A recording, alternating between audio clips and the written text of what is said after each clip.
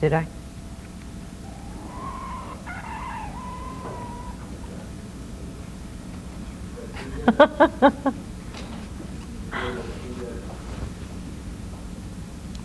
Okay, it's rolling. Are you ready properly? I am. Okay. Seriously now? Yes. 5, But anything can be done 4, over, so not to 3. worry. You know that. All right. Hello, I'm Barbara Lee Diamonstein, and welcome to American Architecture Now. Today we'll be talking to Emilio Ambasz. Is it Emilio, after all that? That's perfectly okay. Okay, one more time, please, Barbara. Can they hear? 5, 4, 3.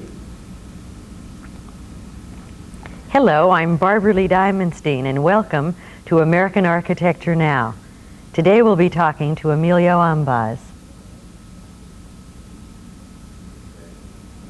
Can we do it one more time? Okay, one more time, please. I like the ceremony a lot. Did you? Okay, I didn't go there. You didn't go there? 5, I'll tell you in a moment. stand You would have liked it. 3. Hello, I'm Barbara Lee Diamonstein, and welcome to American Architecture Now. Today we'll be talking to Emilio Ambasz. Great. Okay.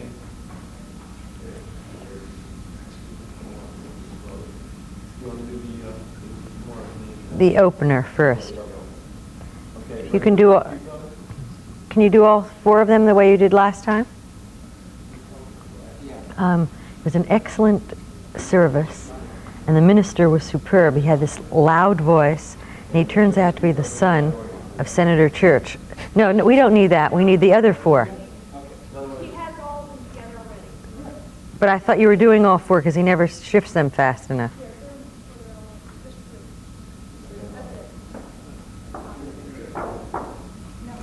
Was Senator Church's son, and he has all the... Makings of a traitor. Here we go. And count. 5, 4, 3. The work of architect, designer, curator Emilio Ambasz is celebrated for being poetic as well as practical. You're missing something. Okay, stand by, please. Okay.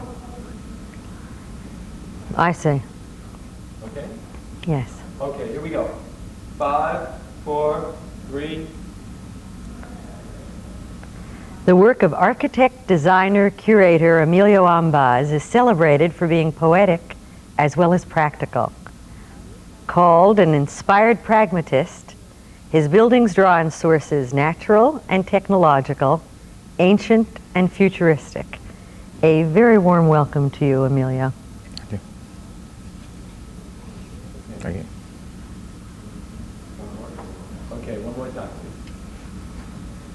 please.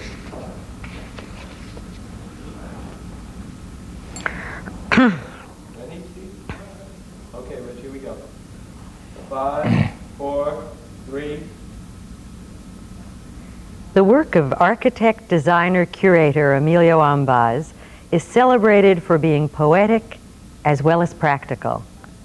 Called an inspired pragmatist, his buildings draw on sources natural and technological, ancient and futuristic. It's a real pleasure to have you join us today, Emilio.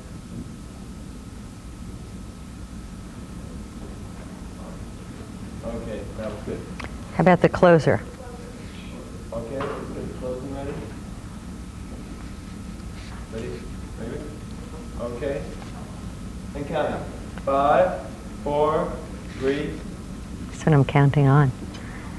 For your provocative comments, Emilio Ambasz, our thanks. Your words and your work are challenging and even inspiring. I'm Barbara Lee Diamonstein for American Architecture Now. Did you say open inspiring? Even Right. inspiring. What did you say? What? Open inspiring. Oven inspiring. Okay, that was good, Barbara. Just a little smile here. Okay. And Oven count. inspiring. Oh, he's so 5, crazed. 3. For your provocative comments, Emilio Ambasz, our thanks. Your words and your work are challenging and even inspiring. I'm Barbara Lee Diamonstein for American Architecture Now. All right. That was great. I thought you were just going to slip there. Emilio, you came from your native Argentina in the early 1960s to Princeton University in New Jersey. Hold it, Barbara. We're not ready. Tape isn't rolling.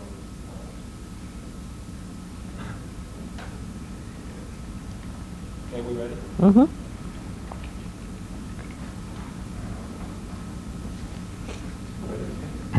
Okay, and counting. 5, 4, 3.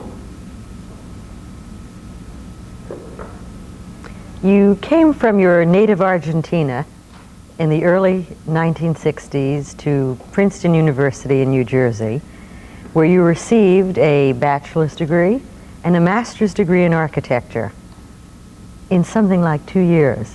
How did you manage to do that? Cheating and lying, how else? You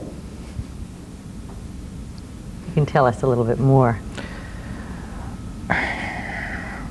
When I came, I was a freshman and I took courses in sociology, philosophy, Romance languages and architecture. The people teaching at the time were Michael Graves and Peter Eiserman. They thought that they couldn't get rid fast enough of me, so they proposed I should be moved over to their graduate school. The dean of the college called all the other departments and got everybody to say that I was an A+ student. What they kindly, very generously didn't tell him is that I was writing all my papers in Spanish, in my exams in Spanish, because I could barely put 3 sentences together. Well, it must have been a real adjustment to make when you first came from Argentina. How much of a challenge was it to overcome the language barrier, not to mention the cultural barrier? Could you really barely speak English? Well, no, I taught myself English, mainly by looking at American television. I spoke like Gary Cooper in his 1940 films, and I used to say, "How do you like them apples?" because I picked it up from an Edward Albee play. But the thing that I could never adjust myself was to the food in Princeton. To the food? That was the greatest cultural shock. What was it like when you first came there? What was life like for you? I thought they made a mistake in accepting me, but after 3 days I realized that I had made a mistake. I thought I came to the Institute for Advanced Studies. What do you mean? Well, I always imagined that Princeton was the Institute for Advanced Studies. I never knew how the American system of universities worked. I thought it was similar to Argentina, where you go to university and it's 6 years and you get a professional degree. I didn't understand the divisions between college and graduate school. It dawned on me. Is that why you applied to Princeton? No, I applied to Princeton because they said they didn't want me. Since I didn't know English, I had no chance of getting a scholarship, so I was advised by the cultural affairs attaché in Buenos Aires that I should apply directly.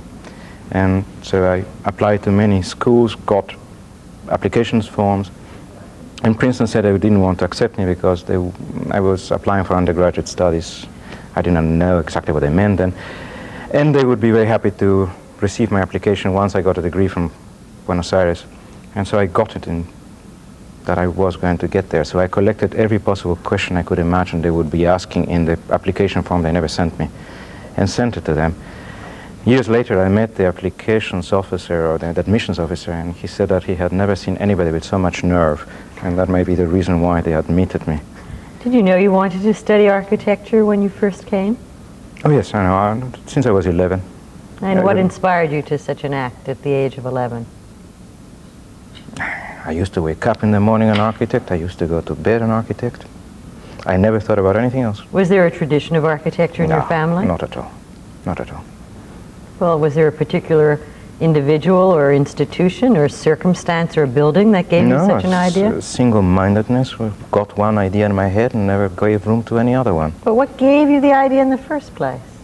Oh, building blocks naturally is another way.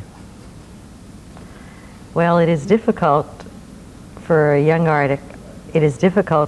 architect to start a career almost anywhere, and that is borne out by your own experience. You began, like most architects, not by designing buildings, but in your instance, by organizing exhibitions. So from 1970 to 1976, you were the Museum of Modern Art's curator of design. How did that experience influence your architecture life? What did you do while you were there? Well, mainly I saw the role of the curator of design. There are certain traditional established roles, collecting objects, bringing to a certain level of consciousness the meanings and the values which are embodied in the objects that man makes. And I thought it was also the duty of the curator to celebrate some of them and to communicate a certain sense of joy that he had in them, and actually collecting them as well as exhibiting them. But there was also the other aspect of the museum which is unique to the modern art, is that it organizes exhibitions on certain types of problems. So I thought that the museum had to assume more of an impresario activity and bring its institutional prestige to support the undertakings of a number of architects and designers who were interested in certain levels of inquiry that didn't have enough proper institutional support. So one of the shows I did was called Italy, the New Domestic Landscape. And what was that about? Well, on one hand, we wanted to look into the extraordinary cultural phenomenon that had been Italian design in the 60s and early 70s. But also we want to look at that critically. And so on one hand, we had a number of objects which have been produced that were pretty remarkable. But on the other hand, I thought that the Italian designers were also interested in looking into certain questions which could not be answered by an object itself, that had to go to the scale of environment. So what we proposed to them, and when we invited them, is that they would design environments whereby they could propose some of the new modes of existence, new modes of relationships, certain types of domestic rituals that they were interested. And that required... Domestic rituals? Yes. What do you mean? Well, there's different ceremonies of daily existence, some of them of which we are aware and some of them we are not aware, that have to do with the way we transact with the day as received, with the images that we have of ourselves, with the images that we would like to project, with the ways that we would like to make peace with some pressures which come from within and pressures that come from without. And so those are ritual devices, ceremonies of one sort or another, that we are usually in our culture not very aware, but we perform. And what I was mainly interested in is in the rituals of the 24 hours of the day. The modern movement had promised us utopia after 40 years, and in the meantime they neglected the 24 hours of the day. So what I thought is that we would pay attention in a more dimensioned way to the 24 hours. And how did you address yourself to that 24-hour day? Well, excuse me one moment. Can I whisper something to you? Could you please look at me? Otherwise we're going to see the top of your eyelids a lot. Okay. That is unforgivable. The question was? I was asking you how you organized this exhibition to reveal and support the 24 hours of the day. You were talking about that. I prepared a So now comprehensive... you're going to have to sit it down. Yes, I'm looking for inspiration, my dear. Okay. I'll start again. I prepared a program asking them to look into a great amount of writings on the problems of the 24 hours of the day and the problems of the poetics of the house, and collected for them all the thought that has been going on in an anthological manner, so they couldn't think that we didn't know some of the answers, and at the same time we could prepare a high level of expectation. And then the program requested that they pay attention to a number of factors. Of course, I had a rather difficult task because all of that had to be presented in a space, a stage set, 12 feet by 12 feet. How many objects? What did you show? Well, in terms of objects, we brought in about 180 objects. But in terms of environments, we commissioned 12 environments or events in some cases. And what were the most successful? For me, there was one which proposed a number of mobile pieces of furniture. And the same unit was almost like a container that could work in several ways.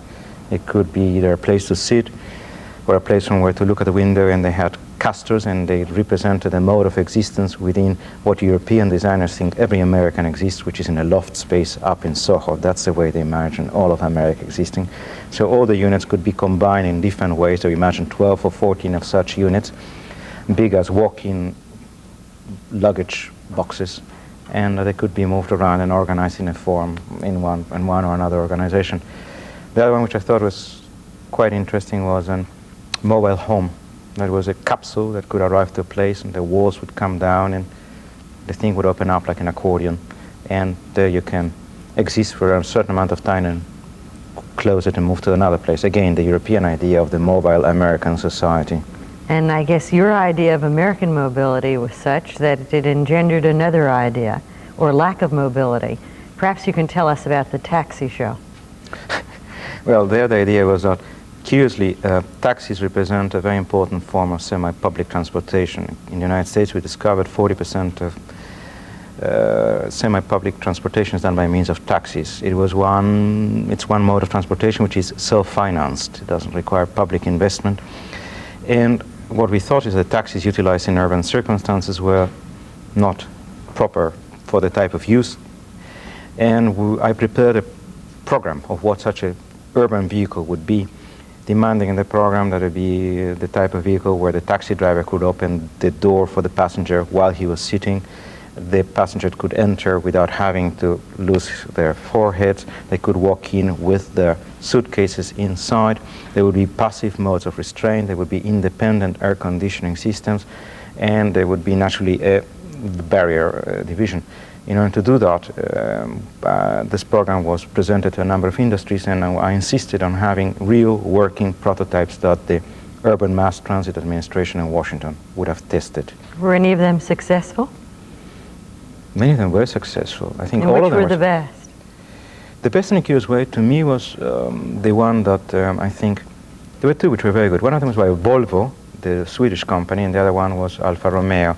The Alfa Romeo vehicle utilized the chassis from an existing vehicle and the engine of an existing vehicle, and what they did concentrate was in the redesign of the actual habitat. And it was possible to show that in a very small chassis it was possible to have a tremendous amount of comfort, and there was no need to make a great investment to achieve what we wanted. Were any of them ever manufactured? That perhaps is more to the point.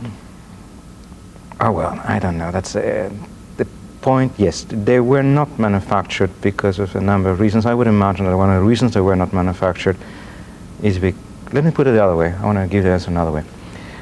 What we did was manufacture pieces that indicated that American or European car industry could manufacture the taxis. In some cases, were a very minor investment. In the case of the Volkswagen taxi, it was a hybrid electric diesel engine with almost no pollution, and the only extra expense was $800 for the electric engine. In the case of Alfa Romeo, it could have been manufactured with something which could sell to the public, to the taxi drivers, about $10,000 to $12,000. The same thing with the Volvo taxi. In order to put it into practice, it would have required a certain either critical mass assurance that it would be 20,000 buyers, or else perhaps a different form of subsidy, not given to the industry as perhaps a subsidy made available to buyers of such taxis. That could be in the form of loans or in the form of different tax arrangements. That would have required that in addition to being the curator, I also assume my other secret passion to become Monsieur Colbert, but I just restrained myself. From your beginning days as an architect, the Ambasz style has been to use fables that you yourself have written as a means of describing projects. What's the purpose of that method? Well, you know, it's like irony. It's a device of stating courageously what may not be read between lines. Give us an example of an Ambasz fable. Shall I tell you one? Please, a short one. I'll stand on the table, or just Maybe kind of sitting there in a comfortable way. All right. You should have warned me. I was supposed to let me think one. You always have some in your little storehouse of goodies. Anyway, this one is called Fabularraza. And the idea was that it was a village that was in the grip of fear that was divine as well as fear that was natural, human fear. They were afraid of the gods and they were afraid of men. So one man of the village went to the center of the village and started constructing a construct made up of mud and stones and branches. And more or less he had a cylindrical plan and a semi-spherical roof. And when he finished building it, he emerged from his construction and he said that that was the place where the gods dwelt, and that the temple that he built had the shape of the universe. After doing that, he took a branch off the temple and he went around the outside of the village drawing a circle. And with the help of everybody, he built walls made of mud and stones and defense wall. And once he completed his travails, he came again into the village and built a hut and burned up the hut by putting earth on the side. And on top of the hut, he put 6 vertical slabs, stones. And that he called his home. Other people called it a palace. Now, when he died, his son put his body inside the hut, took the stones off the top, covered the entrance. And that is the way some people say that architecture started. What would you say? That was the way. Is it fair to say that most, if not all of your buildings are metaphors? Yes, they are metaphors. They're standards for approximation. They stand for the dwelling, that kind of celestial dwelling that we aspire to, that we desire. They stand in that way. Perhaps in my architecture I'm more interested in evoking the architectural domain than in actually building it by the more canonical means of architecture. By now we have an established language of architecture, and it's possible to do it by recalling windows, columns, cornices, details that come from that. I'm much more interested in the primitive hope, expectation, need, desire for an abode. I was trying to find a word in English which I don't know. In Italian it's called dimora, or demora, or in French called demeure. The place where you dwell while you wait for the end to come. It is a deliberate construct. It's a place where you are careful of the time, it's careful of the way you exist. You have a certain account to render at the end of time. You might also be waiting for the beginning as well. By the way, I'm not frightened of the end. I do believe that any system that does not contemplate the way it's going to end is a self-deluding system, and it brings about a great amount of vanity. Can you conceive of a means to another means? I wouldn't. That would be for philosophers to speculate about that. I only make products. No. By the way, how much of the work of architecture is fable, and how much of it is practice? I don't know. Do you mean in terms of drawings which are not built? I think that some images have a greater impact on reality than many buildings built.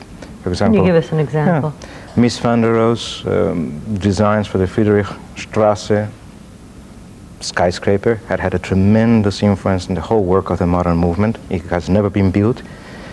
The Barcelona pavilion was built, but it only lasted 3 months.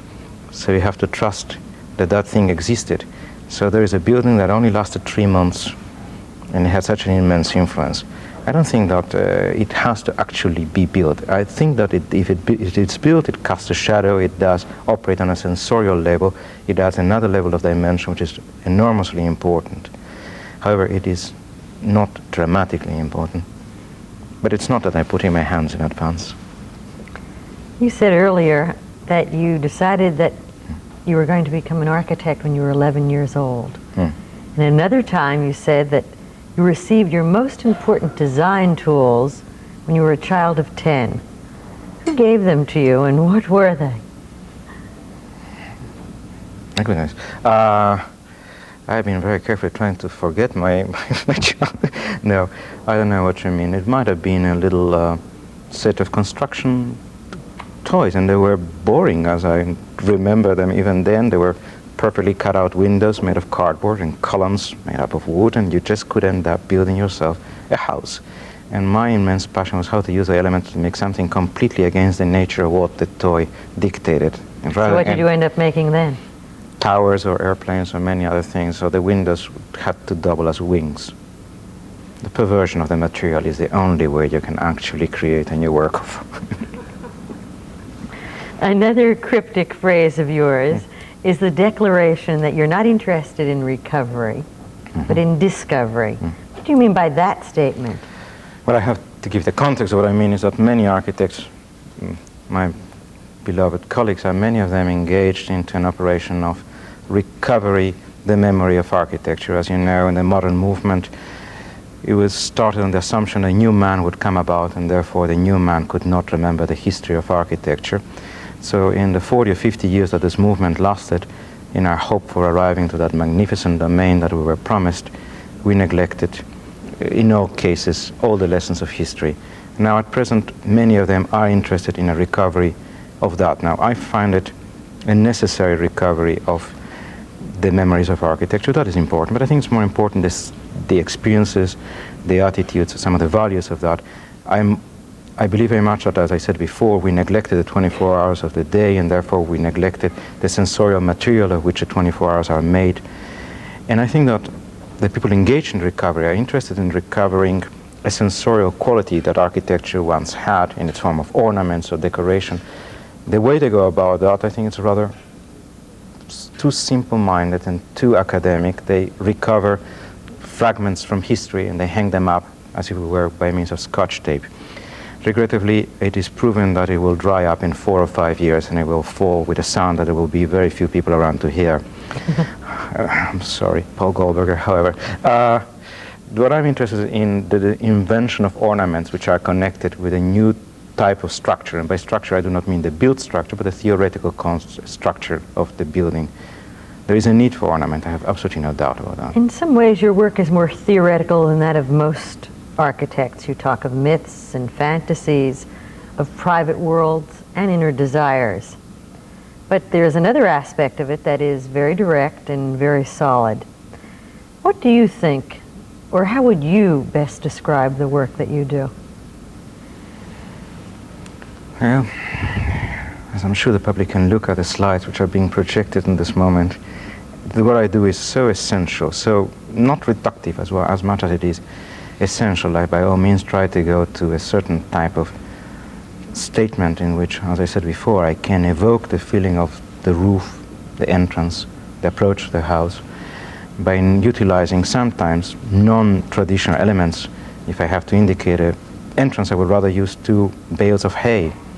An indicator, if I have to make a roof, I would rather use a grapeyard or the vineyard, the roof of grapes of a vineyard. Maybe we should be specific for a moment, because you're telling us that in addition to traditional building materials, in addition to highly technological building materials, you were interested, as an important component in architecture, in natural materials that include not only bales of hay, but earth and air and water and light.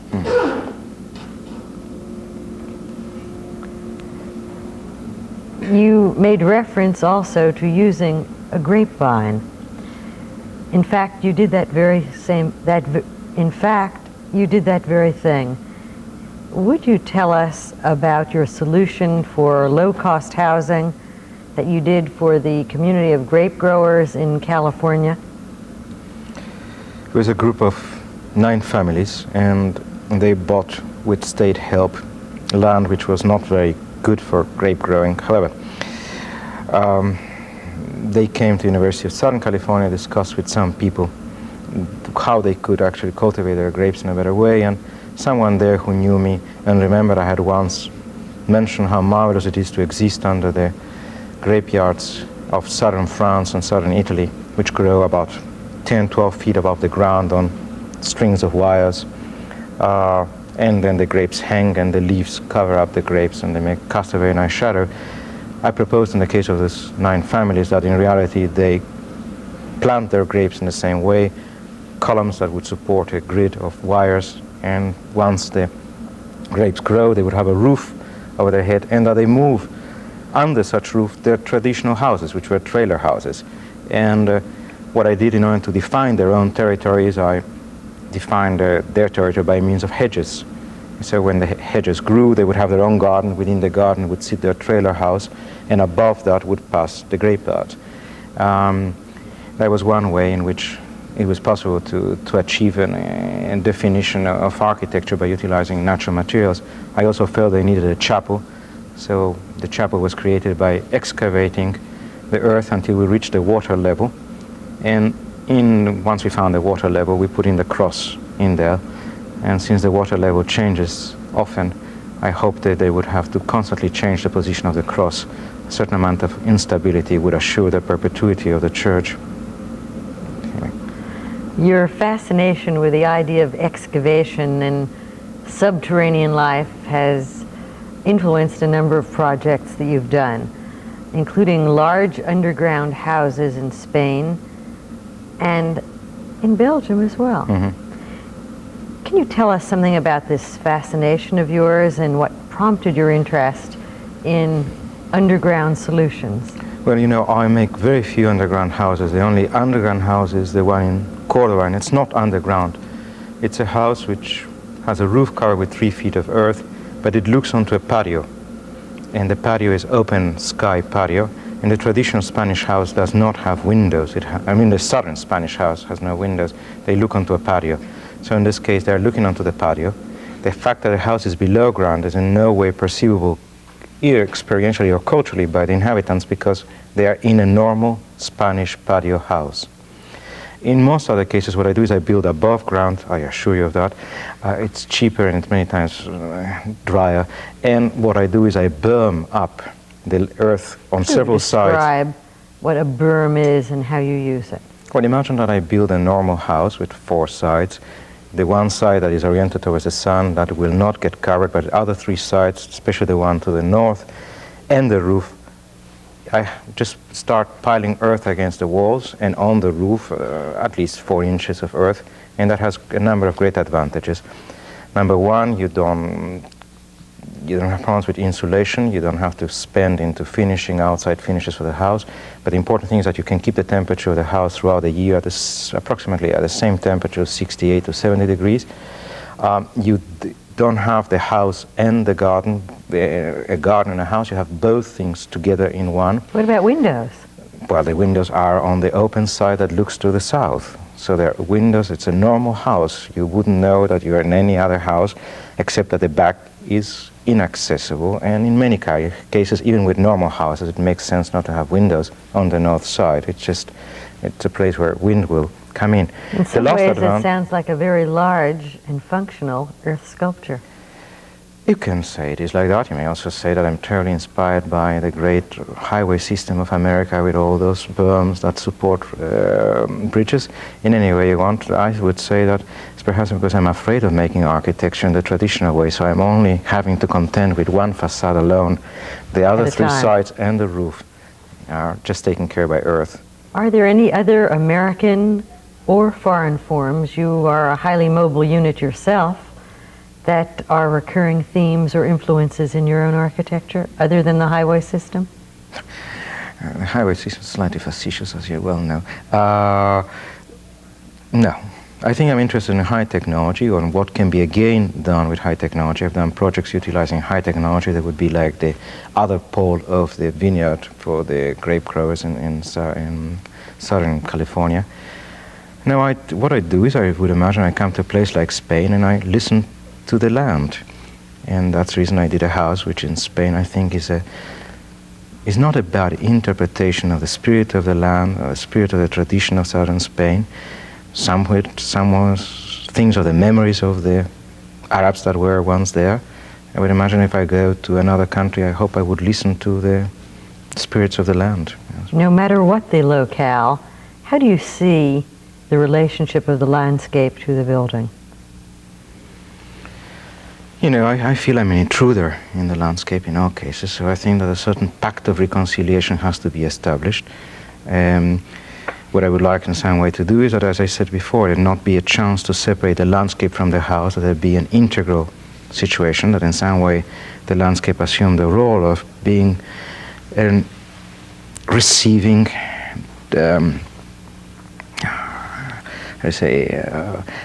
a place where I really, if I put my finger into it, I could hear a telephone conversation, and if I lift my hand above the ground into the sky, I could get a banana, a place which would be welcoming me, and rather than have to transact constantly with the outer elements as well as with society. So I turn the land in the house into one element. And what I would like in some ways that it be done with a minimum amount of cultural intervention. It should look, it should sense, it should feel in a more natural possible way. It's not possible in all type of projects. You can do it with houses, you cannot do it with large buildings like office buildings or anything like that. That cannot be done. Actually, you are trying to do it with an office building. Seems that nowadays that the favored way to finance a museum is to surround it with an office building or an apartment tower. And you are planning to do that very thing. Can you tell us about your design for the new home of the Museum of American Folk Art? Yes, the Museum of American Folk Art has two assets. One is its collection, and second is the fact that it has real estate property on an extraordinary, desirable site next to the Museum of Modern Art on the same sidewalk. And the only way for the Museum of American Folk Art to raise funds for their construction is to find a way of selling the air rights, in essence. So what we are doing is an office building. It's about 26 stories high, which would also have the museum housed inside. And since the museum would be much smaller than the office building, what I had to design the office building in such a way that the volume of the office building would be subordinated really to the museum. And I thought that as a small museum, yet unknown, it required a very strong theatrical gesture. I thought there was a need for a transitional procedure that once one passes from the street into the building, it shouldn't be like passing through a single membrane out and in. It should be a far more transitional series of steps. So there's a great portico. Is this how you managed to subordinate the office function to that of the museum? No. Now, the portico is the ground portal that goes around the entrance to both the office building and the museum. What I've done is reverse the traditional organization of the New Yorker wedding cake type of building, the ziggurat type of building, and broken up the building into 3 blocks. And there's one block of offices, which is several stories high, and there's a second block of offices, which is separate from the first one, and a third one. And those blocks are in some way projected one over the other in such a way that they create almost like a canopy over the entrance, so that the buildings are in some way sheltering, like a big cornice, the entrance to the museum. So the big buildings in some way subordinate quite strongly to the museum. But again, an image, please. There must be, of course, there must be some solution that you've devised for dealing with a specific location. It is right up the street from the most distinguished museum of modern art in the world, the Museum of Modern Art, and also in a sense in the shadow of what will be the new American Craft Museum that soon too will have a new home. How do you plan to compete with those longer term and more, at least publicly, auspicious neighbors? On the contrary, I think it's a marvelous collection of friends nearby. They do not cast shadows, they lend us their light in all cases. But anyway, the problem of context, which seems to concern some architects. Does it concern you? When the context is worthwhile, yes. But when the context is not to be, what I believe is that in certain cases where there's a vacuum, it is up to the architect to make the first statement that will then generate a context. And in this well, case, in that instance, in the street that we're talking about, the street is a treasure street. But other architects have generated that context. For example, Cesar Pelli in the tower that he has designed and built for the Museum of Modern Art, and Kevin Roche in terms of the addition to the CBS building that will house the new Museum of American Craft. How do you conceive of your tower as an addition to the history of both the Manhattan skyscraper and how it works in context with those two buildings, those two friends, as you put it? Well, the Manhattan skyscraper, as you know, is based on a 19th century idea that building a tall building, you would build it like a column with a base, a shaft, and a capital. And therefore, what I've done in a certain way is provide a building with a base, a shaft, and a capital. It's almost inescapable in any tall building, and it is in a consideration has to be given. Manhattan itself has the tradition of the ziggurat, which in the case, as I explained before, I tried to reverse it. So the cake is upside down and now cast and awning over the entrance. The problems and the vagaries of American, and especially of New York, real estate speculation are such that I prefer to provide a frame for my building. So the building is really built like 2 pillars, one on the right, one on the left, and those 2 ground pillars really go all the way up They carry the elevators and all the vertical systems of movement within themselves, and the floors span between the two of them. They also create a frame, so the building exists within its frame. So whatever it's placed to the right or to the left would affect it little. Somewhat it would, but not that much.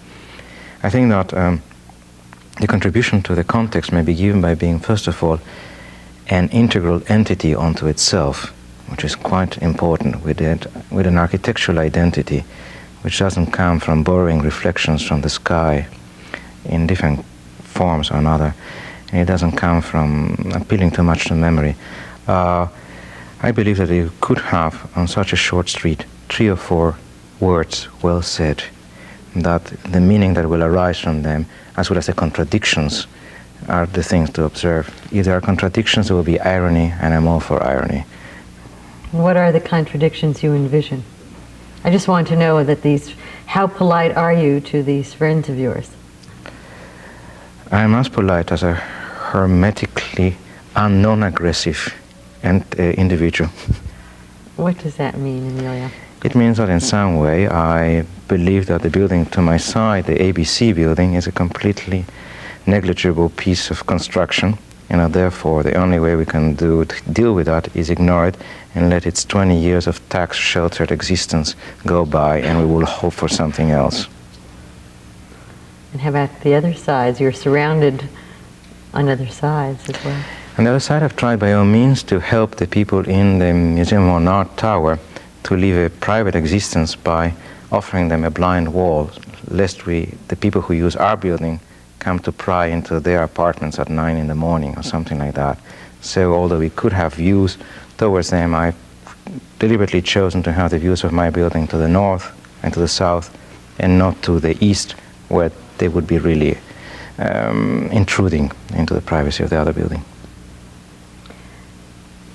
And for what is that building a metaphor? No, it's only a building. It's a metaphor for the tall building. It's a small one. It's a metaphor perhaps for the fact that you have to accept some elements given by, in this case, the man-made landscape, which is the city. And therefore, I didn't have earth or other such things to reconcile myself to. I had to reconcile myself to the tradition of building tall buildings, to the tradition of very small sites, which many times are not the right type of site. I had to reconcile it to the scale of the surrounding buildings, and that's why I broke up the scale of mine into 3 different scales. I allowed that people exit at different heights of the building onto terraces, which are large-sized terraces, not which each of the blocks are, as you can see in the images, are separated by terraces. So there's a possibility of taking cognition of the site from the 12th story and from the 18th story. Anything above that one starts losing a bit of sense and scale with the marvelous winds in New York. It is a metaphor to that. Not everything is a metaphor. If you refer to the winds in New York, I wonder how you explain another interesting and recent commission of yours, and that is for a botanical garden in San Antonio. First of all, why does San Antonio need a botanical garden? I think it's the possible answers. San Antonio has a rather good climate for contrary to with all that heat. It's not that terribly hot, and when it comes to winter, it gets to be kind of 32 degrees and pretty windy, to my great surprise.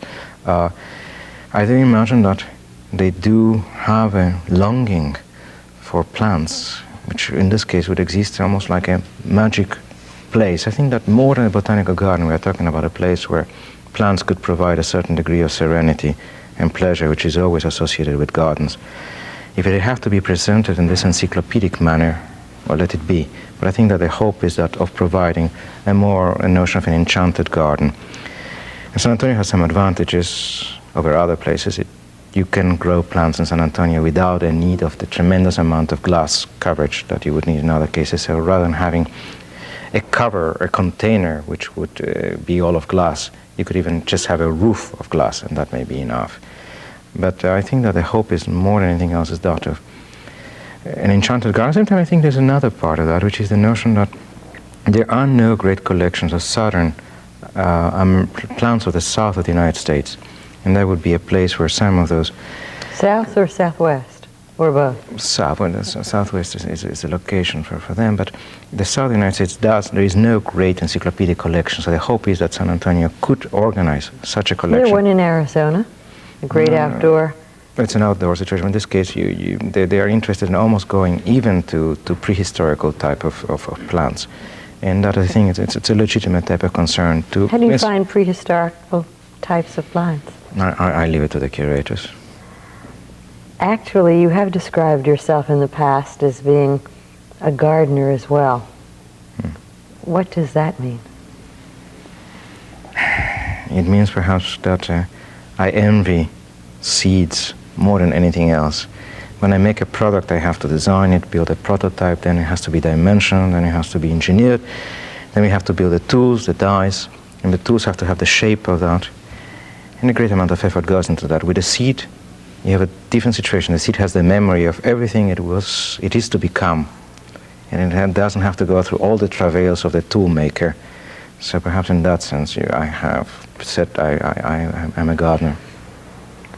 Well, you've also created a large celestial garden and greenhouse. I believe it was in Houston, Texas Gardens at Houston Center. And that I know you have described as a metaphor. And there you've said it was a metaphor for fossil fuel, but I must tell you that I do not know what that means. I've convinced my clients that even a 4-year-old would, but anyway, I'll explain. See if you can persuade me. Oh. Anyway, the problem is the following. Greenhouses are really hot houses. And greenhouses, as you know, are the dream of northern European countries that sit under the snow, drink aquavit, and just try to remember how it was when it was green for 3 weeks. Houston certainly doesn't need a greenhouse to grow any type of plants. It is a hothouse all by itself. It has that type of climate. However, for the same reason, it would be very desirable to have a garden place where indeed people can go and the climate is hospitable. Now, if you create a greenhouse in Houston, you compound problems because the sun will hit it and it will warm it up and heat it up, and you would have tremendous loads of air conditioning necessary. So what I proposed in order to reduce the need for air conditioning and heating is that we cool the outside of the greenhouse. In order to cool the outside of the greenhouse, I built a second glass house under which the first one is. And between the two of them, say it's about 50 feet of distance, and that in-between space is filled up with cold water mist. And the cold water mist fulfills a number of functions.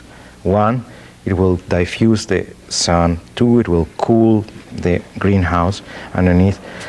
3, it will act as a three-dimensional screen for the projection of light spectacles that could happen there. And this mist is created between these various glass skins? Between the two glass skins. And the mist is created by a machine that makes cold water mist. And in the mist, there are a number of pieces of machinery, of optical machinery, that represent the sun and the planets. So it's in essence like a planetarium.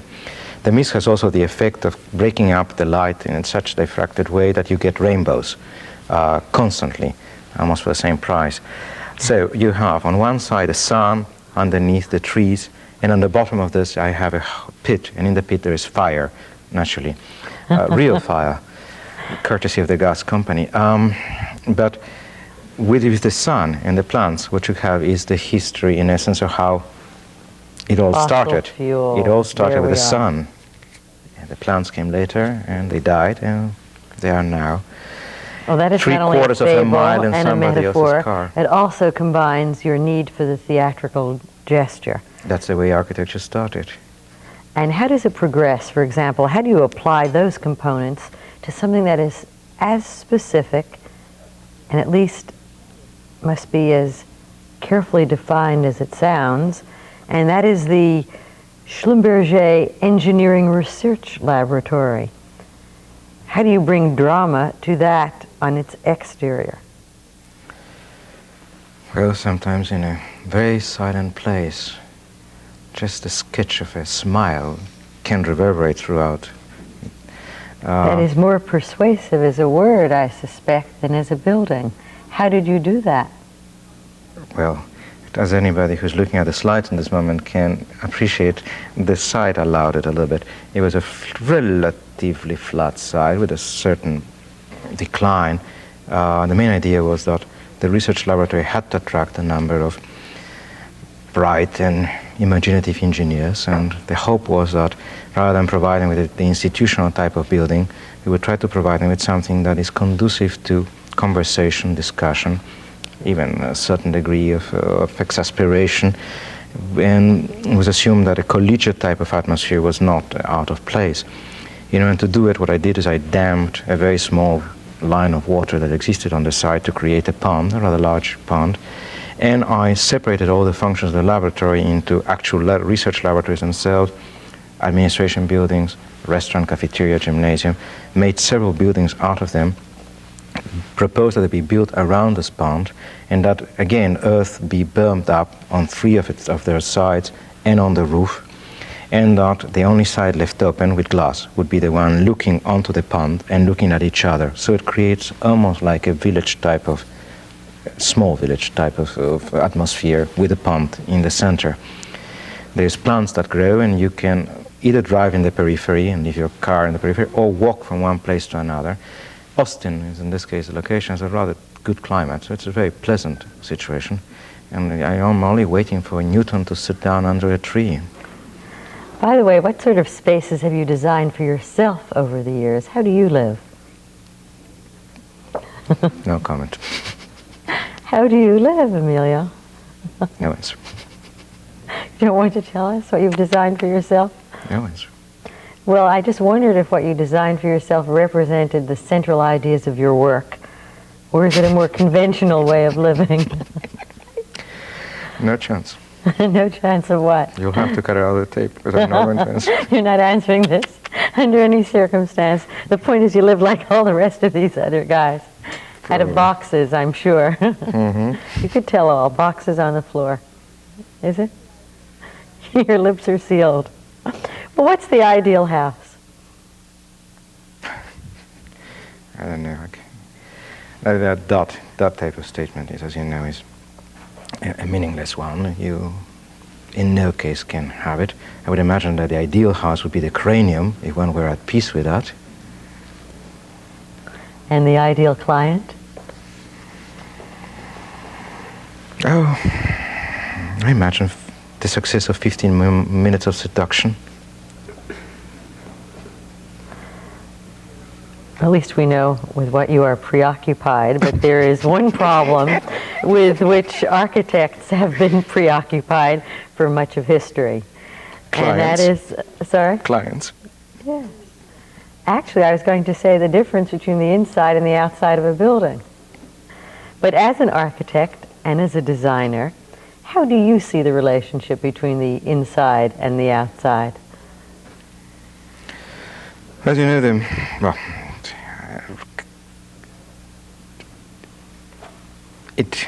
with the outside you transact with society at large, with the inside you transact with yourself. The same thing in many types of products. In an engine, for example, which I design engines, diesel engines, the inside of the skin has to do with explosion chambers, combustion, all the rest of that. The outside has to do with regulations and a number of attachments and elements that have to be added on in order to regulate the performance of this explosion chamber, that without any of the regulatory devices, be they carburetors or filters or anything you want, wouldn't last very long. So you have an outside skin and an inside skin in both cases, from engines to houses. The sad situation at present might be that architects have now compressed the outside and the inside to just one very thin, perhaps 2 inches thick domain, which they call the skin. I'm sure some of your guests will dwell amply and extensively on the skin. And I believe that it's possible to read all types of meanings of architecture between the inside and the outside of those 2 inches. But I think it's also could be turned into... We have to speak the same language? No, contrary, you would be expecting there would be a certain degree of contradiction, but usually with 2 inches you can only see minor microscopic differences from one side to another, and you will assign to that immense meanings. It's usually what can occur in a very minimal type of society and one completely repressed in the possibilities of expression. In the case of the architects, they're willing to accept the domain of skin as one way of reconciling themselves with the impossibility of acting commercially unless they accept what the developers have allowed them to, which is 2 inches.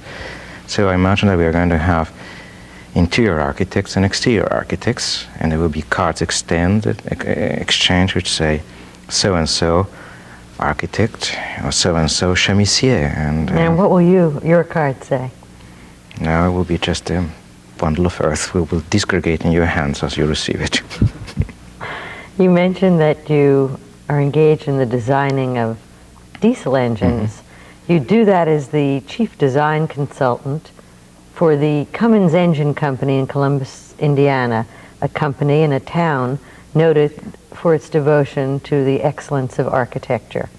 How does your approach differ in the design of a technological object like an engine and your design for a building? And are there concerns that are the same? Yeah, there are certain basic concerns which are the same, but I think that the main point in my specific case is that I'm interested in basic principles. If you understand the basic principle of a house and you are only loyal to that, almost like a perfect act, it would generate a number of perfect coincidences. In the case of an engine, one has to just deal with a certain basic principle of what the engine is all about. And I've been very lucky in being assisted with a number of very patient and amused engineers who do not mind the silly questions I will sometimes put to them. What buildings in the last 20 years do you think reflect the best in architecture, at least as you see it?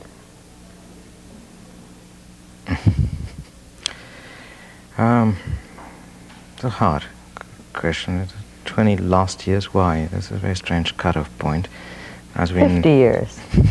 We're not bargaining. I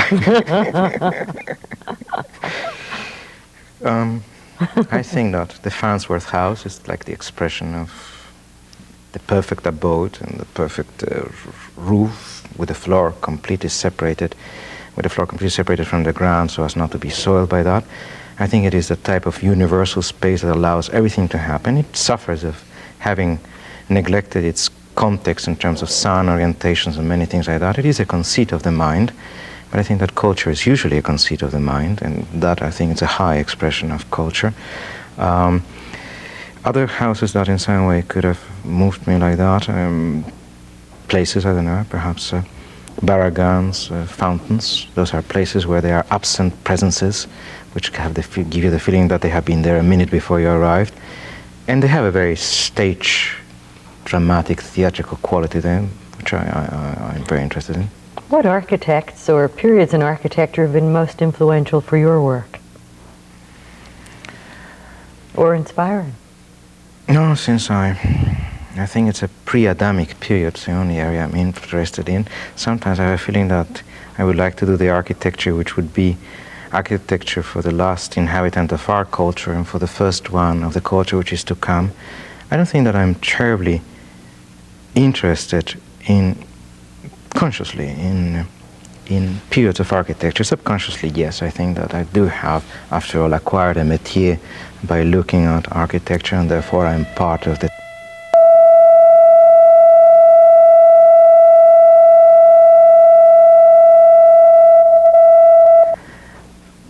You asked me today, forever and ever will I be loyal to him until the next one walks by.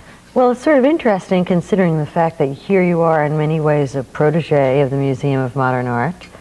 And as I recall, one of your predecessors, one of your most distinguished and illustrious predecessors at the Museum of Modern Art, once referred to Mr. Wright as the best architect of the 19th century. How did you respond to that? How do you respond to that appraisal? I think that the fact that I'm able to put together Miss Van der Rohe and Frank Lloyd Wright in my mutual admiration, I think is because in some way they strike a chord that says architecture, even if the styles are completely different, the emotional pursuit is always the same. Whether one comes from the 19th century, the other one comes from the 20th century, I find that a slightly meaningless problem. Stylistically, one can identify the elements that nourished Frank Lloyd Wright as coming from the 19th century. I wish I were in the 21st century being called an architect of the 20th century in the same way he was called in that way. I think that if you can do such an extraordinary architecture as he did, utilizing elements that come from an inherited tradition as he utilized, you are an architect of the moment. My illustrious predecessor might not want to have a chance to say the same thing again today. What's the most satisfying assignment you've ever had?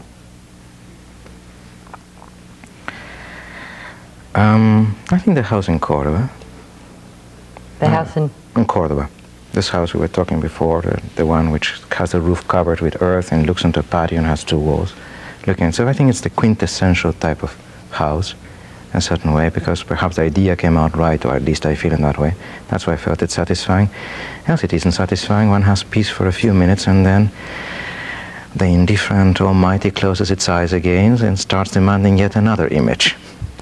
You said that you do not make graphic designs, industrial products, or architecture. In fact, you've described yourself as an object maker, whether it be buildings or products. What's the crux of the difference? What do you really mean when you say that? I think there's one word for that, which is invention. I'm interested in that. Actually, one of your more recent inventions was the design of a poster. A poster that you designed for Formica to announce a new type of laminate. A laminate that indicates that there are no black lines where Formica joins another piece of Formica. How do you take a poster to demonstrate and illustrate that kind of concept? What did you do? Again, the basic feature of this product is that when two planes of this material meet, you do not have the black joining parting line. So therefore the poster had in some way to demonstrate it. Since the poster is also a piece of paper, what I did is I folded it and showed that there was no break and there was no visible seam of any sort. It was just a fold. And the poster was therefore designed almost like an accordion piece that could arrive very small and compacted and then extended and becomes a three-dimensional item, since the most important thing with this material is to indicate the possibility of creating three-dimensional elements rather than two-dimensional pieces joining at a treacherous edge that screams the way it has been put together. You are a very persuasive fellow, Emilio, and obviously a very influential teacher too. Many of your students have described your influence on them. I wonder if you could tell us how they have influenced you. Well, they revealed to me that I have a very weak paternalistic side to me, and that I in some way try to protect them from all the things that happen to them, myself included. And therefore it has taught me I'd rather deal with inanimate objects. They will not betray me, they will not die, they will be there, and they will be indifferent to me, which is also a very healthy thing. You don't mean one word of that. It's part of your need for drama. Oh, really? Yes. In a low voice. Always in a low voice, that I must lean forward to hear what you're saying. And speaking of influence, I wonder if you would comment on the recent controversy about architects said to be appropriating other architects' designs. Tell us, in your view, when is it plagiarism, or when is it inspiration or derivation? I think that ideas, the notion of monopoly on ideas is an eminently artificial concept. I think that from the moment it is invented, that is the maximum joy of the inventor. If it is later appropriated or used up by somebody else and the second person derives the recognition of society which the first one doesn't obtain, I hope that it will all be settled in the next world where all those accounts are measured. At present, I'm only interested in the invention of the first word. The repetition of that, it only sometimes intensifies, underscores it, or provides a resonance, which when first formulated didn't have. I don't in any way mind it. I mean it seriously.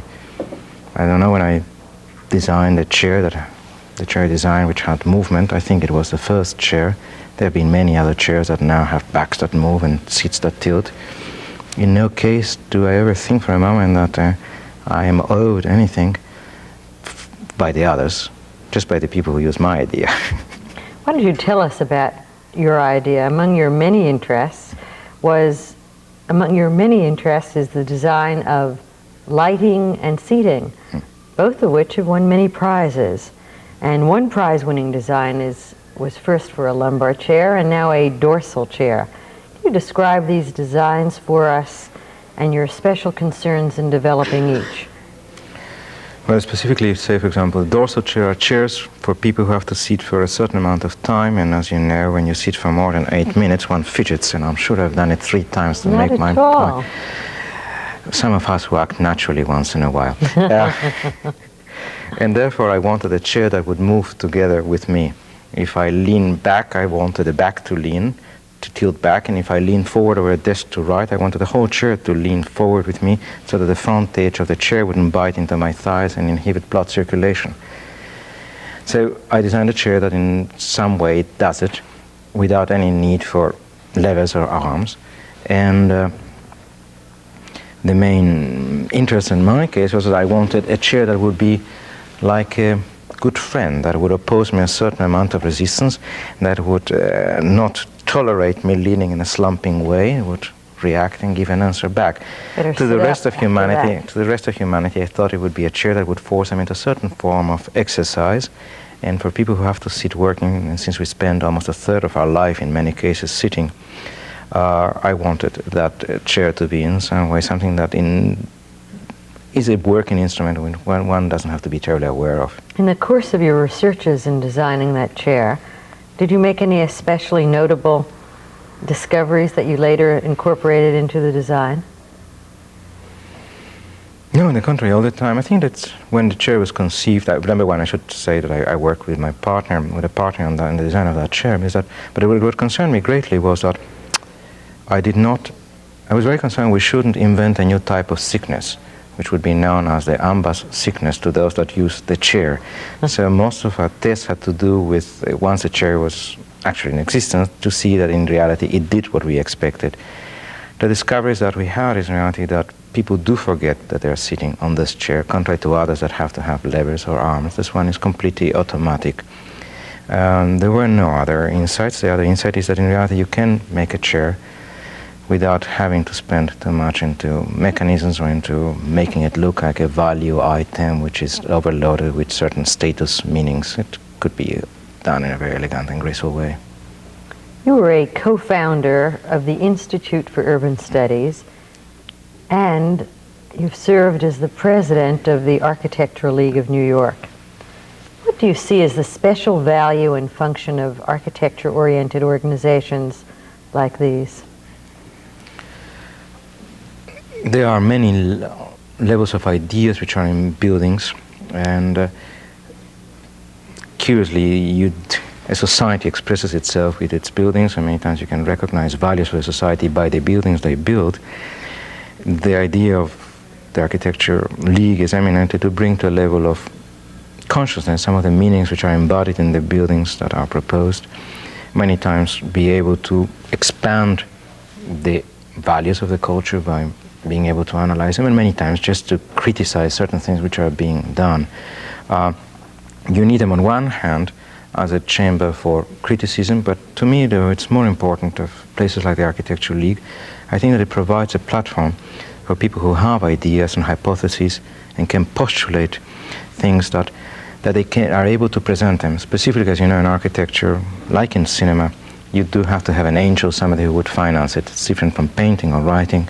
So many times architects present their ideas by means of drawings or models, and I thought that you need a place where such things can be presented, discussed as if they had already full-fledged existence. You've done a great deal to encourage the public dialogue about architecture.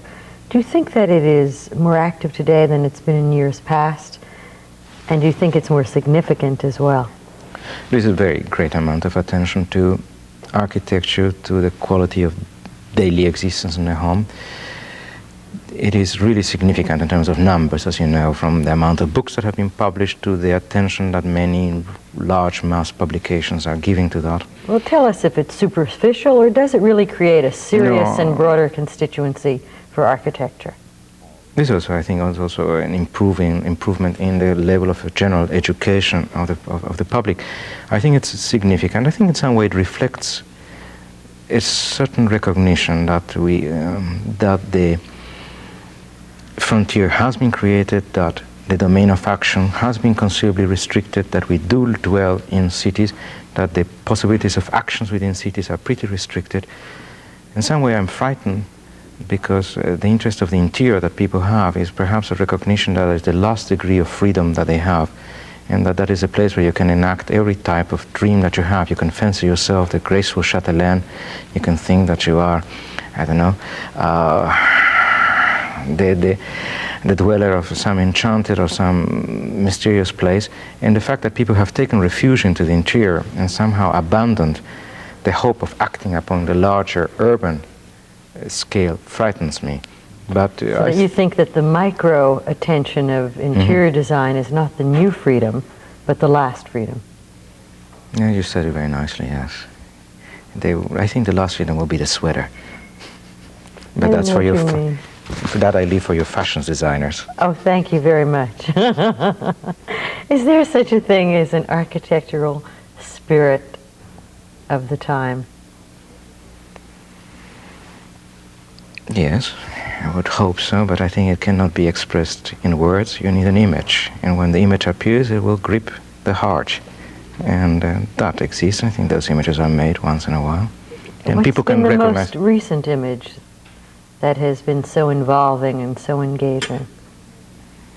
Since I transact with images, I cannot, I really don't feel very competent to handle Well, it. do you view your own work as being in the forefront of that spirit?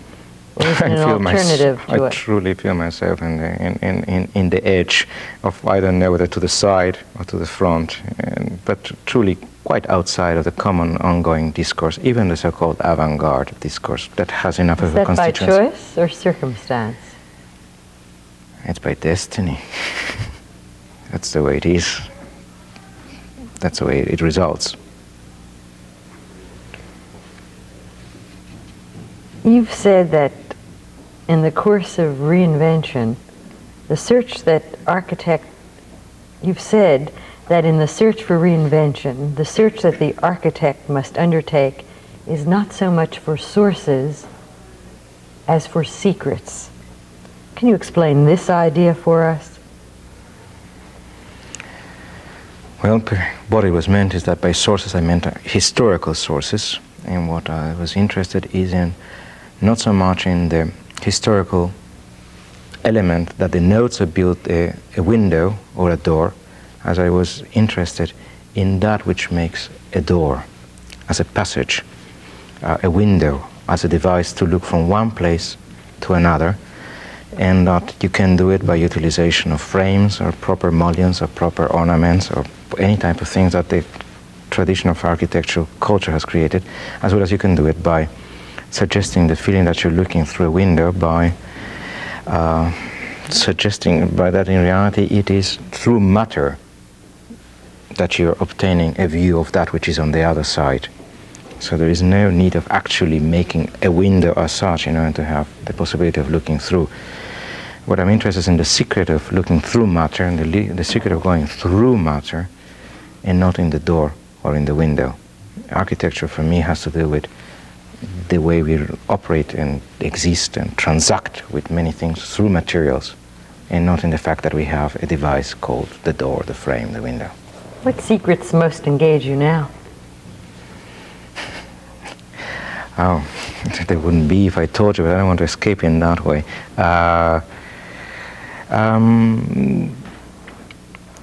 The secrets that I do not know what the secret engages me until in some way I find an answer. It is from the answer I find that I know what the question was about. Yeah. Perhaps you can give an answer to this, Emilio. According to an article about you in the well-known Italian design magazine Domus, there are two persons in Emilio Ambasz. To whom or to what were they referring? I think that they very benignly meant that there was one who is Emilio, the other one who is Ambasz. Emilio, who is the architect, Ambasz, who is the product maker, Ambasz, who is anxious because he would like his products to be well received by men, Emilio, who is anguished because he would like through his architecture to be received by angels. Is there a prevailing philosophy that ties it all together? No, there are only images. The meanings or the language or the truth that emerge is through the handling of that form of knowledge, which is through images. I do not want it in language. By the way, which of those persons has been present here today? Oh, Emilio is seen very rarely. I think most of the time there was a guard at Ambasz, perhaps acting for the other one. We had glimpses of Emilio too, I suspect. Did you ever expect your life to unfold the way it has?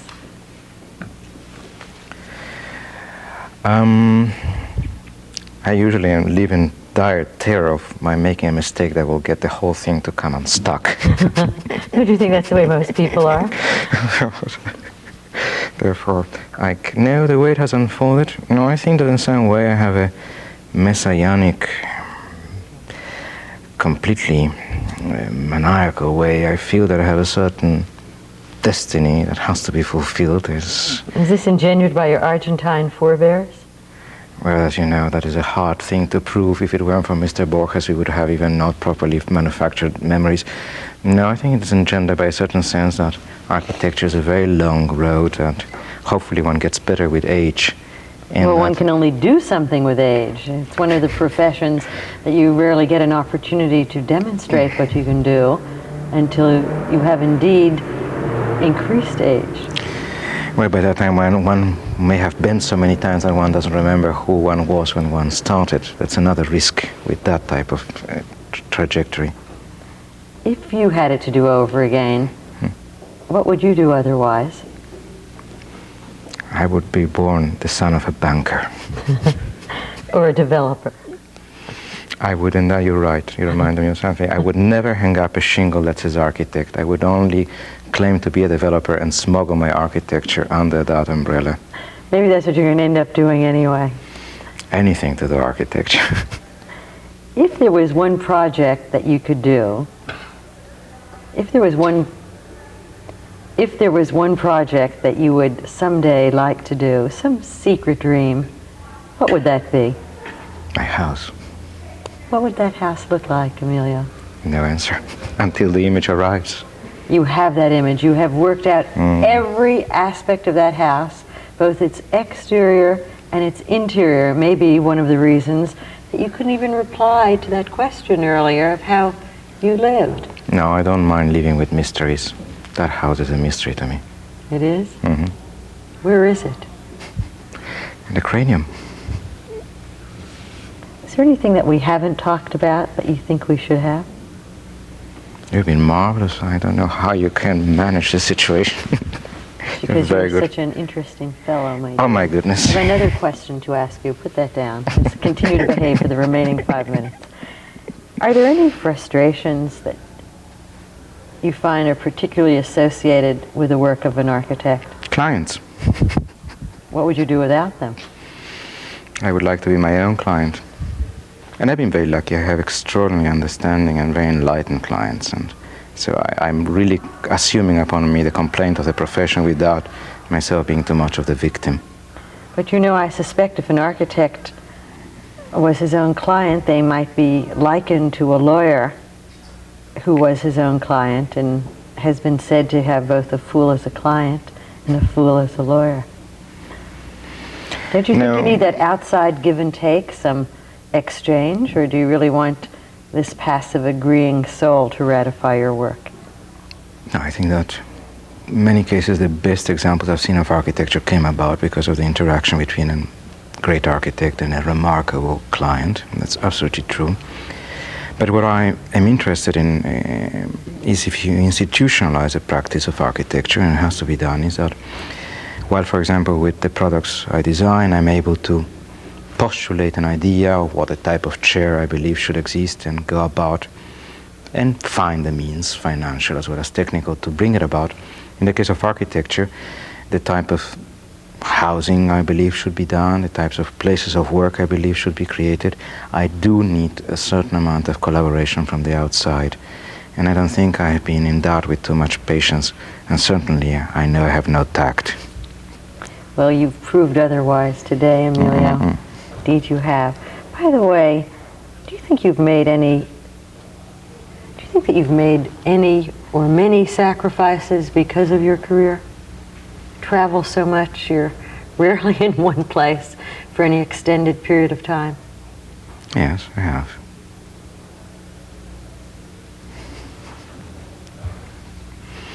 I'm eloquent always.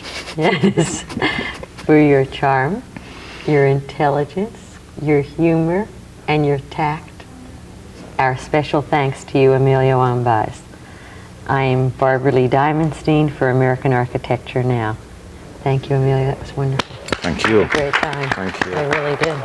You're marvelous. I don't know how you're Excuse me, we need one more thing. We need just the last line of the intro again, please. Of the introduction. Yes, because we need your reaction again. Okay. Thank you very much. Okay, Wonderful interview. Just a little more Do you realize that if we do this every year for the next 5 years, we're really going to get it right?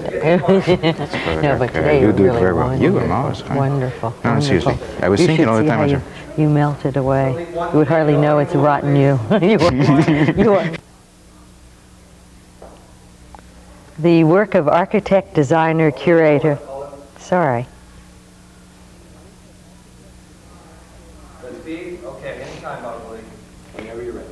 The work of architect, designer, curator Emilio Ambasz is celebrated for being poetic as well as practical.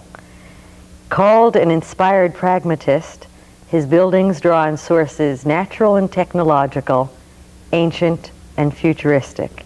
It's a very real pleasure to have you here today, Emilio. Thank you for your generous welcome. One more time, please. Okay. Which person? A little louder. You have to speak a little. Fine. I'm just going to say it's a Shall I? real pleasure to have just the last line I'm going to use your intro from before. before, so I don't really care. Okay. Just give us the last line in order to feed him. Keep looking at him when you feed him the line. I want you to act like you really are glad to be here, Emilio. Already was here. Or hating it. It's either one. No, it's a real pleasure to welcome you here today, Emilio.